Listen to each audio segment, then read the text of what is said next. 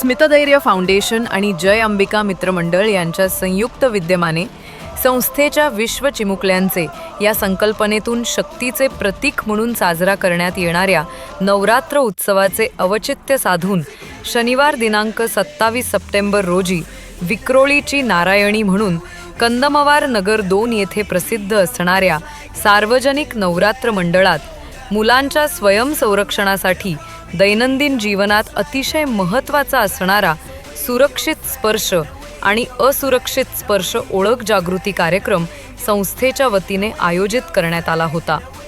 समाजात वारंवार लहान मुलांसोबत घडणाऱ्या लैंगिक अत्याचारावर प्रतिबंधात्मक उपाय म्हणून मुलांना चांगला वाईट स्पर्श समजण्यासाठी हा सामाजिक उपक्रम राबवण्यात आला. मंडळाने हा उपक्रम सामाजिक परिस्थितीला बदलण्यासाठी समाजाचे भावी भविष्य सुरक्षित करण्यासाठी स्वयं पुढाकाराने आयोजित केला.